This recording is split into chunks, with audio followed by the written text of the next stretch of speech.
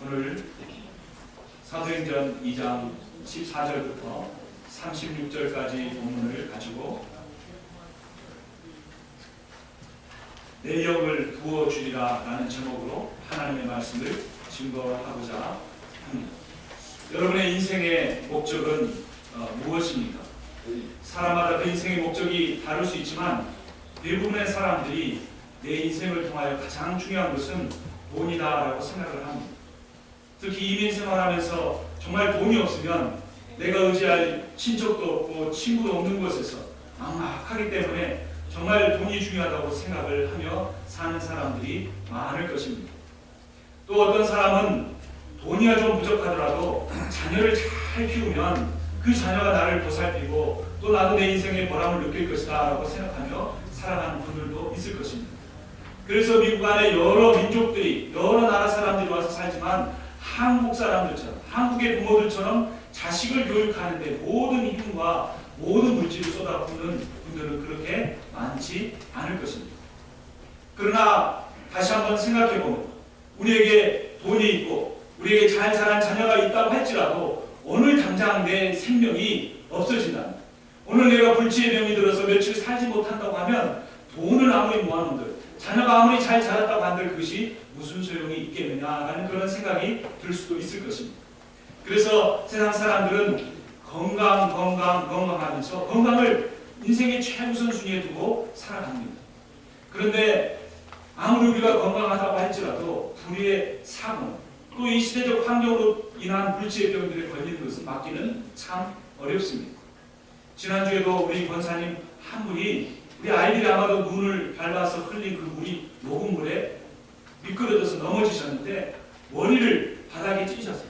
거의 코피가 날 정도로 확 부딪히셨는데도 불구하고 그 연세에도 불구하고 뇌진탕도 안 일어나고 다시 피도 흘러내리지 않고 무릎에 조금 못 만들 뿐 하나님께서 안전하게 지켜주셨습니다.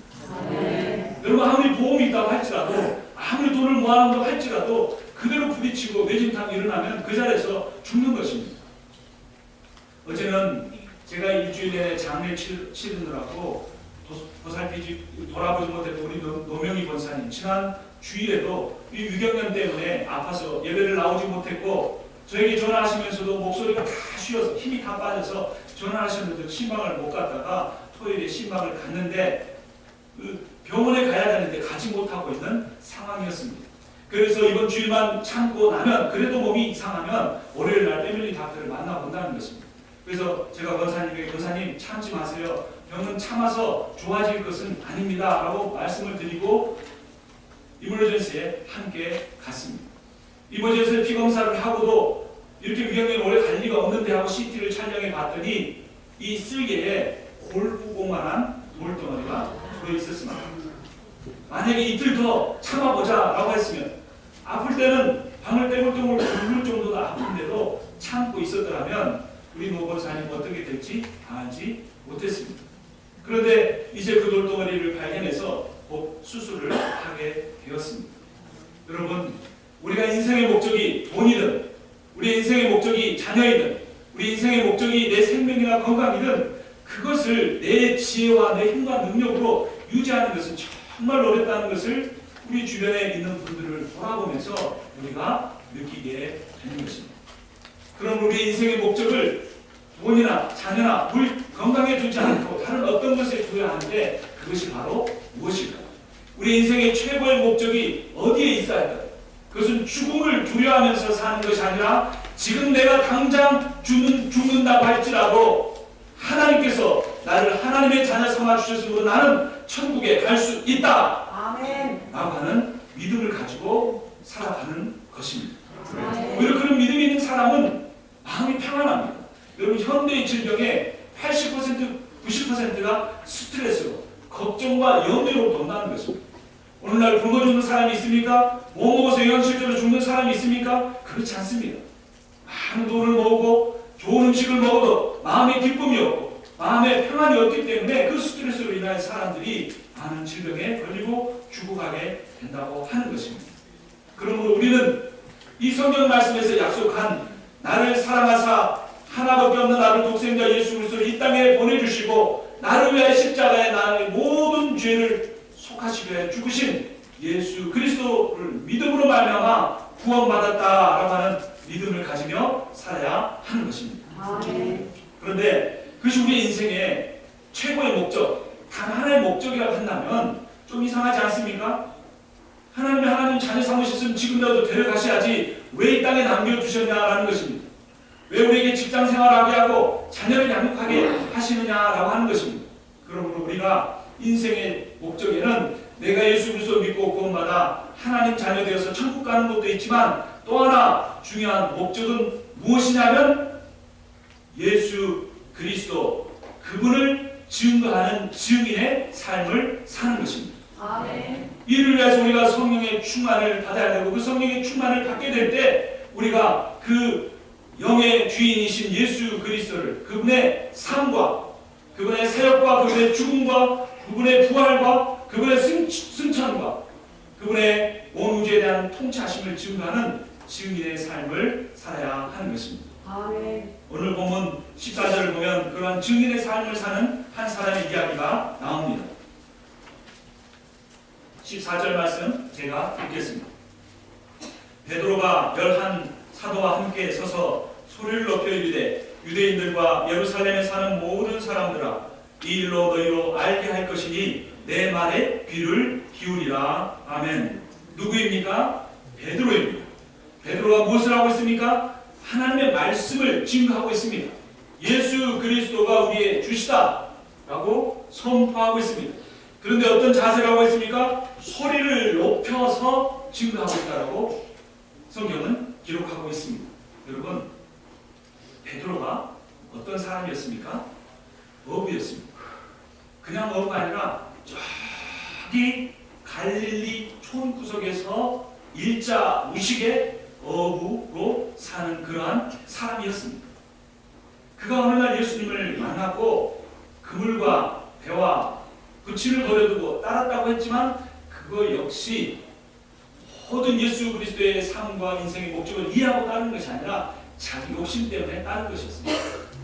나중에 보면 예수님이 가장 사랑했던 어린 제자 요한과 함께 수제자인 자신이 예수님의 누가 오른편에 앉느냐 왼편에 앉느냐를 가지고 싸웠던 모습을 보면 그가 전혀 예수 그리스도의 십자가의 죽음과 대속의 삶에 대해서 이해하지 못했다는 것을 알 수가 있습니다. 그는 예수 그리스도를 주는 그리스도시여 살아계신 하나님의 아들이라 고백한 후에도 예수님에서 목숨을 버리겠다고 말해놓은 뒤에도 예수님이 잡혀가실 때 예수님을 3번씩이나 부인했던 겁쟁이요 용기 없었던 사람입니다. 그런데 그런 베드로가 오늘 어떻게 몇천 명이나 되는 많은 사람들 앞에서 그리고 그 사람들 앞에서는 성경에 대해서 박식한 율법 학자들과 수많은 종교적인 권위를 갖고 있는 제사장들과 많은 귀족들이 있는데 그들 앞에 서서 일자무식인 촌 출신의 베드로가 이렇게 담대히 하나님의 말씀을 증거할 수 있었냐라는 것입니다. 그것은 우리가 지난주에 살펴본 대로 2장 4절 말씀이 이렇게 증거하고 있습니다. 함께 읽겠습니다. 그들이 다 성령의 충만함을 받고 성령이 말하게 하심을 따라 다른 언어들로 말하기를 시작하리라. 아멘. 베드로를 이렇게 용기 있는 사람으로, 이렇게 지혜 있는 사람으로, 이렇게 담대한 사람으로 바꿔준 것은 성령의 역사였습니다. 그런데도 불구하고 사람들이 13절을 보면 어떤 이들은 조롱하여 이르되 그들이 세수에 취하였다 하더라 라고 말했습니다. 제정신이 아니라는 겁니다. 너무나 놀랐기 때문에 이해할 수 없어서 이런 말을 했습니다. 베드로는 그런 조롱하는 자들, 그런 어리석은 사람들을 향하여서 15절에서 이렇게 말합니다. 때가 제 3신이, 이 3신은 유대인의 시간인데 오늘날로 말하면 오전 9시입니다. 때가 지금 오전 9시니 너희 생각과 같이 이 사람들이 취한 것이 아니라 라고 말합니다. 여러분, 아무리 이 사람이 술을 좋아한들 오전 9시부터 술 드시는 분을 본 적이 있습니까? 혹시나 본 적이 있을지도 모르겠습니다. 그런데 유대 사회에서는 그런 사람은 없었습니다. 그래서 술 취했다는 것은 도저히 말이 안 된다라고 하는 겁니다. 그러면 이게 도대체 어떻게 된 것이냐? 취하기는 취했는데 술에 취한 것이 아니라 무엇에 취했는가? 16절부터 보면 이는 곧 선지자 요엘을 통하여 말씀하신 것이니 일렀으되 하나님이 말씀하시기를 말세에 내가 내 영을 모든 육체에 부어주리니 라고 하는 말씀이 성취되었다는 거예요. 그러므로 지금 베드로와 11명의 사도가 술에 취한 것이 아니라 무엇에 취한 것입니까? 성령에 취한 것. 즉 성령의 충만함을 받은 것입니다. 성령의 충만함이 베드로를 겁쟁이에서 용기 있는 사람으로, 성령의 충만함이 베드로를 일자무식의 사람에서 지혜 있는 말씀을 복음을 증거하는 위대한 설교자로 만들어 준 것입니다. 그런데 이 역사는 베드로와 같은 사도들에게만 일어나는 것이 아니라 모든 사람에게도 일어날 수 있다는 것입니다. 내가 나이가 많다고 이런 성령 충만의 하나님의 역사가 일어나지 못하는 것이 아니라는 겁니다. 반대로 내가 나이가 어리다고 그런 것이 아니라는 겁니다. 내가 세상에서 공부를 많이 해서 학벌이 있다고 안 되는 것이 아니고 없다고 안 되는 것도 아니라는 것입니다. 17절의 뒷부분을 읽어보면 하나님이 자신의 영을 모든 육체에 부어주면 어떤 일이 일어난다고 말합니까? 너희의 자녀들은 예언할 것이요 너희의 젊은이들은 환상을 보고 너희의 늙은이들은 꿈을 꾸리라. 아멘. 여기에 예언이나 환상이나 꿈은 표현만 다르게 한 것입니다. 이것은 한 가지로 말하면 다 하나님의 말씀을 받고 그 말씀을 증거하는 삶을 살게 된다는 것입니다. 아멘. 여기 보면 자녀들이라고 되어 있는 것은 아들과 딸들입니다. 성별에 상관없이 하나님의 성령이 주어집니다. 젊은이들과 늙은이들은 나이를 의미합니다. 나이에 상관없이 하나님의 성령의 충만이 부어집니다. 18절을 보면 남종과 여종들에게 부어줄 것이다 라고 말합니다. 신분에 상관없이 부어집니다. 그렇다면 성별도 나이도 지위도 중요한 것이 아니라면 그러면 누구에게 이 성령의 충만함이 부어지는가? 21절에서는 이렇게 증거하고 있습니다. 함께 읽겠습니다. 누구든지 주의 이름을 부르는 자는 구원을 받으리라. 아멘. 어떤 사람이 하나님의 말씀을 주님의 구원을 받고 하나님의 말씀을 증거하는 삶을 살게 된다고 말해주고 있습니까? 누구든지 주의 이름을 부르는 사람들입니다. 즉 성령의 충만을 받기 원하는 사람, 내 인생의 목적을 돈에 두지 아니하고 내 인생의 목적을 내 자녀에게, 내 미래의 직업과 학업에 두지 아니하고 내 인생의 목적을 내 목숨이나 건강에 두지 아니하고 하나님이 나를 이 땅에 보내셨으면 나를 사명자로 보내셨으므로 이 사명 다 감당할 때까지는 하나님이 나를 지켜주시리라. 아멘. 하나님이 나를 보호해 주시리라. 아멘. 하나님이 내 인생에 먹고 살 모든 것들 책임져 주시리라 라고 믿으며 성령의 충만을 구하고 살아가는 그 사람에게 하나님께서 은혜를 베풀어 주신다는 것입니다. 아멘. 그 사람에게 하나님이 구원을 베풀어 주신다는 것입니다. 그런데 이 구원은 놀랍게도 그것을 받으면, 이 성령은 놀랍게도 그 성령을 받으면 그것이 열매로 나타나게 되는데 그 열매가 무엇이냐면 이 말씀을 증거하지 않고는 견딜 수 없는 이 심령이 불붙는 듯한 그러한 마음이 안에 들게 된다는 것입니다. 아멘. 예레미야서 31장 34절은 이렇게 말합니다. 그러나 그날 후에 내가 이스라엘 집과 맺을 언약은 이러하니 곧 내가 나의 법을 그들의 속에 두며 그들의 마음에 기록하여 나는 그들의 하나님이 되고 그들은 내 백성이 될 것이라. 여호와의 말씀이니라. 그들이 다시는 각기 이웃과 형제를 가리켜 이르기를 너는 여호와를 알라 하지 아니하리니 이는 작은 자로부터 큰 자까지 다 나를 알기 때문이라. 내가 그들의 악행을 사하고 다시는 그 죄를 기억하지 아니하리라. 여호와의 말씀이니라. 아멘. 아멘. 하나님이 하나님의 말씀을 이 책에 두는 것이 아니라 우리의 마음에 두신다고 하는 것입니다. 우리가 이제 성경 365를 지난주부터 시작했습니다. 아마 여러분들이 그것을 읽고 절수를 찾아내는 것이 처음에는 익숙하지 않을 것입니다. 조금씩 하다 보면 그것에 익숙해지고 그 말씀이 어느 틈엔가 내 안에서 살아서 역사하는 것을 경험하게 될 것입니다. 아멘. 왜냐하면 성경은 지식으로만 사사를 풀 것이 아니요 그 성경의 말씀을 풀어 우리에게 깨닫게 하시는 성령의 역사로 우리에게 깨달아지기 때문입니다. 아멘. 그래서 하나님의 영을 우리 안에 또한 두심으로 우리가 여호와를 알게 된다라고 말합니다. 아멘. 성령이 그 안에 있는 사람, 말씀이 그 안에 있는 사람은 하나님을 알게 되는 것입니다. 여러분, 신앙생활에서 가장 중요한 것이 무엇일까요? 하나님을 아는 것입니다. 아멘. 여러분, 하나님을 얼마나 깊이 아십니까? 여러분, 부부 관계에서 제일 중요한 것이 무엇일까요?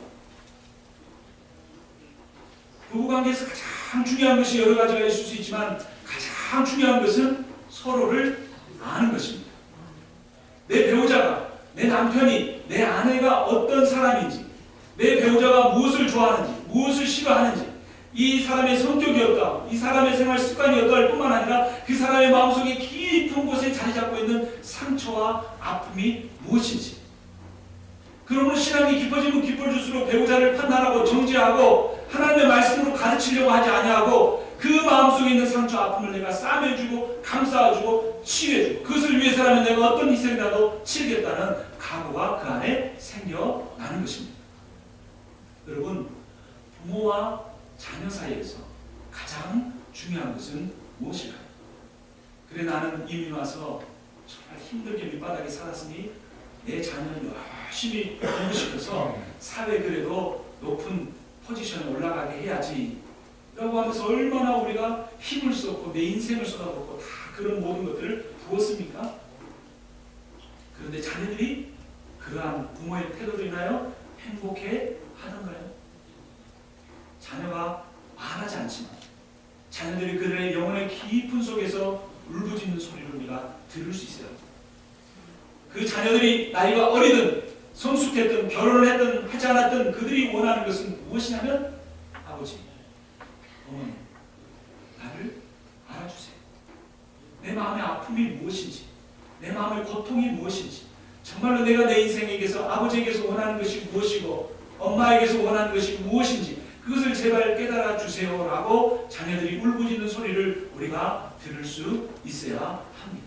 아멘. 그것을 알아줄 때, 그 마음을 알아줄 때, 남편이 아내를, 아내가 남편을, 부모가 자녀를, 자녀가 부모의 마음을 알아줄 때 우리들 가운데 놀라운 역사가 일어나기 시작하는 것입니다.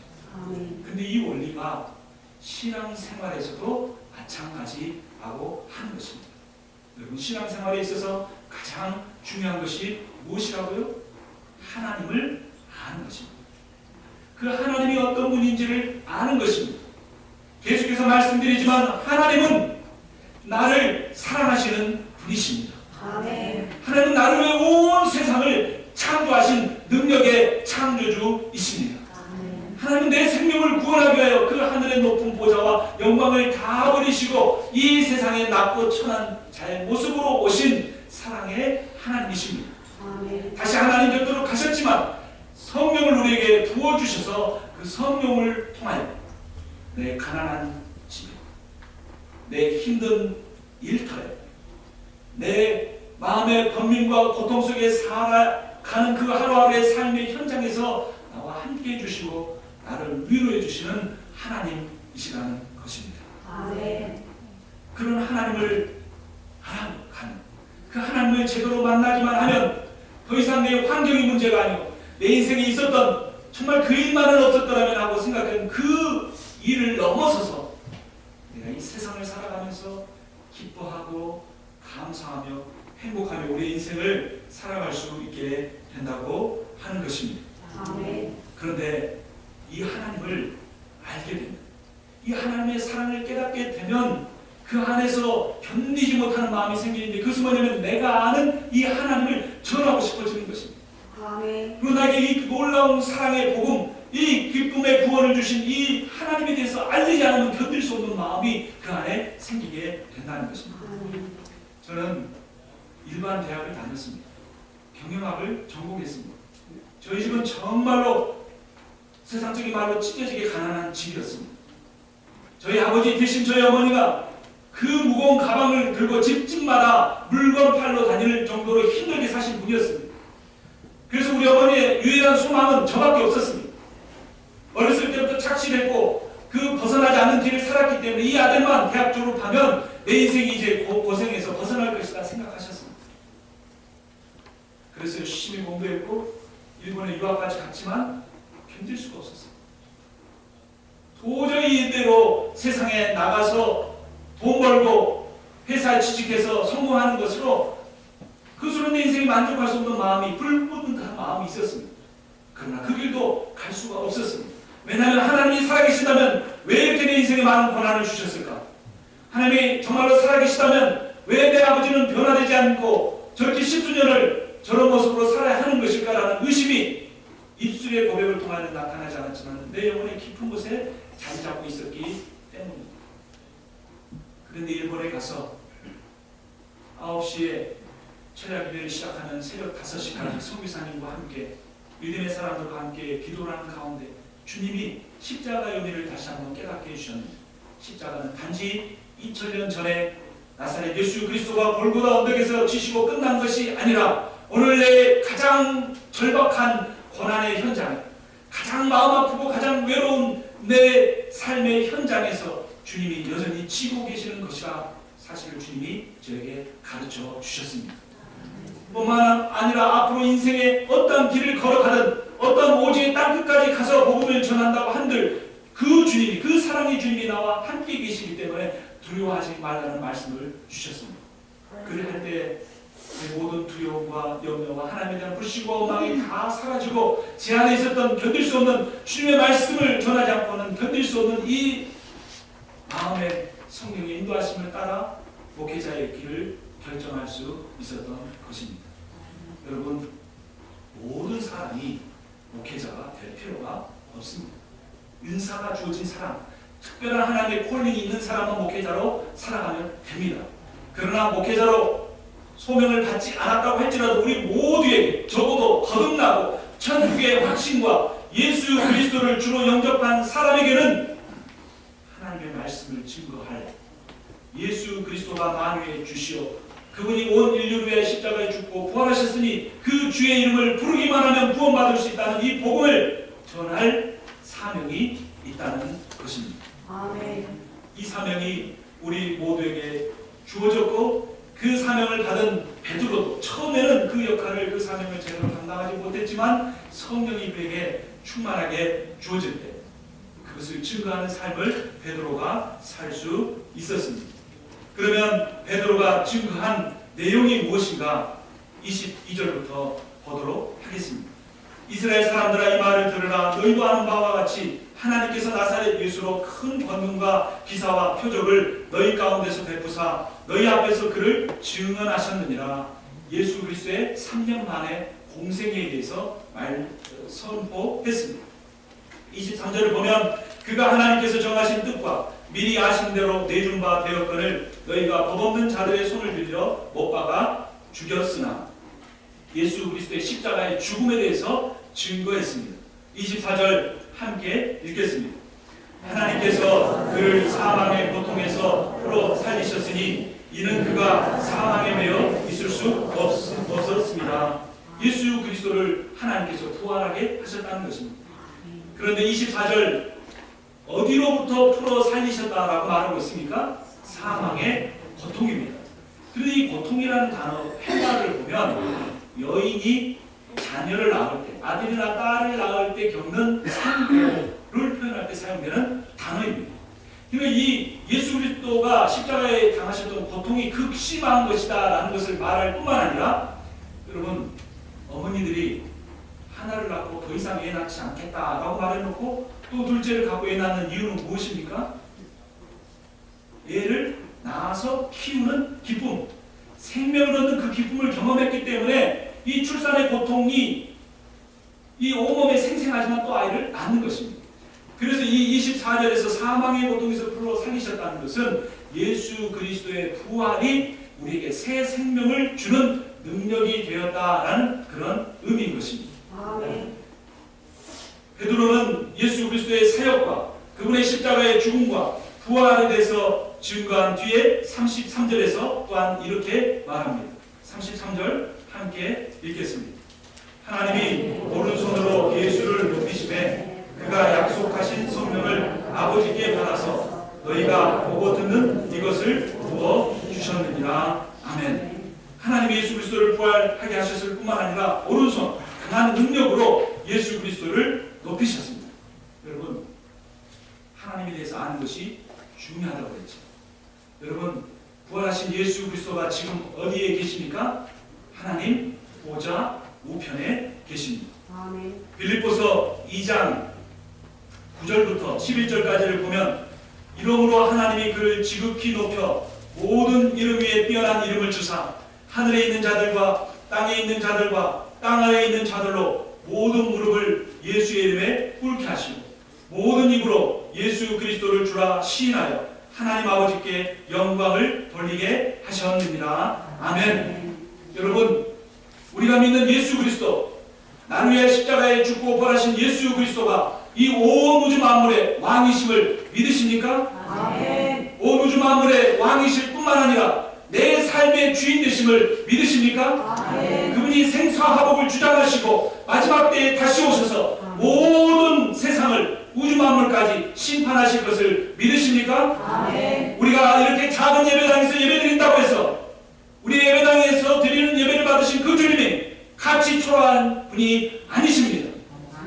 우리가 이 세상 가운데 이름 없는 자라고 산다고 할지라도 내가 믿는 그 주님이 나처럼 이름 없는 분이 아니시라는 것입니다. 아멘. 나처럼 초라하고 나처럼 연약하고 저처럼 부족한 목사의 기도를 들으시는 그 예수 그리스도가 이 세상의 모든 통치자들과 권세자들과 부유한 자들과 모든 지혜 있는 자들을 심판하실 살아계신 하나님의 아들이시라는 겁니다. 아멘.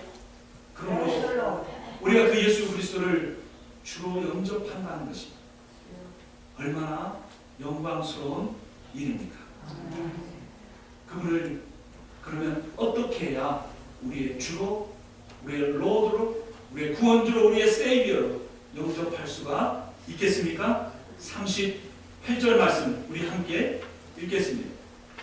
베드로가 이르되 너희가 회개하여 각각 예수 그리스도의 이름으로 세례를 받고 죄 사함을 받으라. 그리하면 성령의 선물을 받으리니. 아멘. 성령 충만으로 말미암아 베드로가 능력의 사람으로 바뀌어 하나님 말씀을 증거했는데 그 전에 우리에게 필요한 것이 있다라고 가르쳐 줍니다. 그것은 회개입니다. 여러분, 회개하셨습니까? 내가 죄인이란 사실을 인정하십니까? 아멘. 사람에 따라서 어떤 분들은 윤리적이고 도덕적이고 세상 법률적인 죄를 지은 분들이 많이 있을 수 있습니다. 어떤 분들은 그래도 남들보다 떳떳하게 윤리적으로 도덕적으로 세상 법에 따라 잘 산 분도 있을 것입니다. 그러나 하나님이 말씀하시는 로마서 3장 23절에 모든 사람이 죄를 범하였음에 하나님의 영광에 이르지 못하더니라고 하는 그때의 죄는 그런 자잘한 죄 많고 적음이 아니라 내가 창조주 되시고 구원주 되신 그 하나님을 순종하지 않고 살아온 내 삶, 내가 내 인생의 주인이 되어서 내 인생의 주권을 그분께 맡겨드리고 살아야 그 삶을 살지 못한 죄에 대해서 말하고 있습니다. 여러분, 이 시대의 목사들의 죄가 뭘까요? 교회를 부흥시키지 못하고 성장시키지 못한 죄일까요? 이 시대의 목사들의 죄가 뭘까요? 돈을 자기 교회 그 헌금을 자기 돈처럼 착복하고 유용하고 자기 마음대로 쓴 그 죄일까요? 이 시대의 목사들의 죄가 뭘까요? 기도하지 않고 성경 말씀을 잘 연구하지 않은 죄일까요? 이것도 다 죄이지만 이 시대의 목회자들의 가장 큰 죄는 자신이 섬기는 교회 자신이 주인 되는 것입니다. 자기의 가정에 자신이 주인 되는 삶을 사는 것입니다. 교회에서는 경건한 척하고 거룩한 척하지만 자기 집에 가서는 자기 아내에게 대해서는 자기가 주인된 삶을 살려고 하는 그것이 바로 목회자들의 죄입니다. 목회자뿐만 아니라 장로든 권사든 안수 집사든 평신도 간에 우리에게 죄가 있다면, 우리에게 눈물을 흘리며 땅을 지고에 통해하며 회개해야 할 죄가 있다면 그것은 바로 내가 내 인생의 주인되어서 살아가고 있다는 것입니다. 말로는 예수를 주라 부르지만 단 한 번도 주님의 주권에 따라 생각하지 않고 결정하지 않고 내 마음대로 살면서 하나님 앞에 예배하고 심령에 변동없는 삶을 사는 그 죄가 용서받지 못할 죄라는 것입니다. 아멘. 그러나 전과 20범이든 30범이든 사기꾼이든 협잡범이든 단 어떤 사람도 그 사람과 어울리기 싫어하는 사람이라고 할지라도 자기가 지은 세상적인 죄 때문에 자기의 본질적인 죄, 하나님 없이 산 것, 나를 지으시고 나를 그토록 사랑하신 그 하나님의 사랑을 무시하며 살았던 것, 하나님이 살아계신다면 내게 그렇게 하실 수 있느냐고, 내 인생에 그런 거 주실 수 있느냐고 아직도 그 마음의 문을 닫아버린 채로 살아버린 그 죄, 그 죄를 회개할 수 있다면 그 인생이 더 복된 인생이라고 하는 것입니다. 베드로가 그런 사람이었습니다. 자기가 일자음식이 어부였는데 갈릴리 출신이라고 무시받으며 살았는데 어느 날 어떤 분이 와서 자기를 불러줬는데 그분이 병자를 고치고 무리를 걷고 5명이로 5,000명을 먹이니까 아, 내가 이 주님이면 내 인생이 펴겠다, 내 이름을 한번 내보겠다 생각하고 따라갔던 그 베드로, 위기가 닥쳐오자 생명의 위협을 느끼자 조금의 주저함도 없이 예수를 모른다, 내가 그의 제자라면 내 이름을 저주를 하라라고 하는 말을 거침없이 뱉었던 것입니다. 그러나 그에게도 예수 그리스도가 도와주시고 승천하신 때, 내가 약속한 성령을 기다리라고 할 때, 120명의 문도와 함께 마가의 다락방에서 기도할 때 회개의 역사가 일어나고 그의 모든 뿌리 깊은 죄의 근본들을 회개할 때 그들 가운데 오순절 성령의 역사가 임재하게 되고 그가 변화되어 이렇게 하나님의 말씀을 증거하는 놀라운 역사가 일어나게 된 것입니다. 여러분, 베드로는 전형적인 인간입니다. 우리보다 더 형편없는 인간입니다. 이런 인간이 예수 때문에 변화되었다면, 이런 인간이 성령 때문에 변화됐다면 당신도 될 수 있습니다라고 성경에 기록된 것입니다. 그래 할 때 이런 베드로를 사용하셔서 하나님이 어떠한 역사를 일으키셨습니까? 오늘 본문의 41절, 40절, 41절 함께 읽겠습니다. 또 여러 말로 확증하며 권하여 이르되 너희가 이 패역한 세대에서 구원을 받으라 하니 그 말을 받은 사람들은 세례를 받으며 이 날에 신도의 수가 3,000이나 더하더라. 아멘. 하나님 우리 교회도 이러한 초대교회 역사와 부흥을 일으켜 주실 것입니다. 저는 분명히 확신합니다. 하나님 우리 교회에 함께 계시며 하나님 우리 교회를 얼마나 사랑하시는지, 하나님 성도 한 분 한 분을 얼마나 귀하게 여기시는지 분명히 하나님이 날마다 느끼게 하십니다.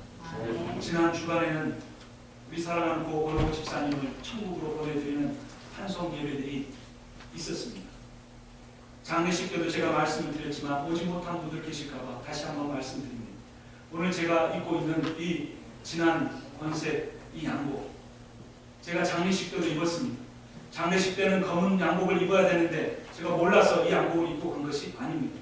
근데 이 양복이 어떤 양복이냐면 우리 권호구 집사님이 수선해준 양복입니다. 한국에서 장모님이 저희 처제 결혼할 때 못 가봤는데도 좋은 양복 사서 보내주셨는데 이 사위를 너무 과소평가하셔가지고 옷에 안 맞는, 단추가 안 채워지는 양복을 보내주셨습니다. 요즘 젊은이들이 이렇게 슬림한 옷을 입으니까 너무나 안 맞았습니다. 그래서 제가 캘리포니아에서 세탁소를 한 서너 곳을 갔는데 그걸 절대로 못 고친다는 겁니다. 그래서 아까워도 어떻게 할 수 없어서 옷장에 걸어놨는데 제가 권호구 집사님 신방 가고 두 번째 갔을 때 그 권호구 집사님이 잘 고치시나 말 듣고 이거 혹시 고칠 수 있겠어요? 그러더니 놔두고 가시라는 겁니다.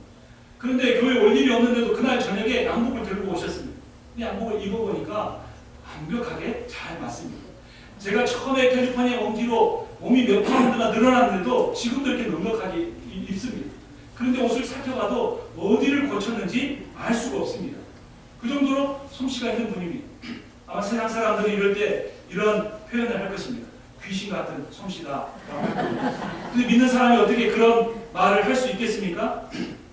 그런데 제가 그 생각을 하다가 묵상하는데 하나님이 출애굽기 35장 31절 말씀을 떠올리게 하셨습니다. 하나님의 영을 그에게 충만하게 하사 지혜와 총명과 지식으로 여러 가지 일을 하게 하시되 금과 은과 노수로 제작하는 기술을 거하게 하시며, 쭉 보면 오홀리압과 부살레를 통해 하나님이 거하시는 성막을 짓게 하셨다는 이야기가 나옵니다. 여러분, 제가 권 집사님 단지 이 옷 잘 고쳤다고 성령의 사랑이라고 말하는 것 같습니까? 제가 임종 예배를 드리는 날 한 30-40분 정도 우리 권 집사님 손을 잡고 있었던 것 같습니다. 그런데 손 계속 쓰다듬고 있는데 집사님이 정말 담담하게 솔직하게 저에게 이렇게 말씀하셨습니다.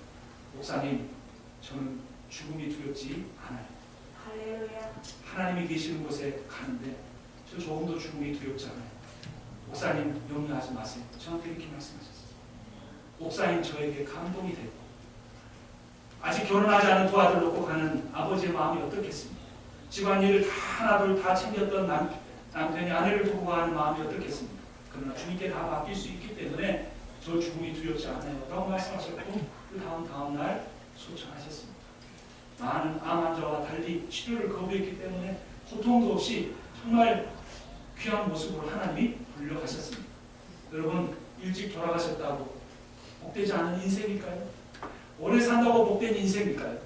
가난하게 살았다고 복되지 않은 인생일까요?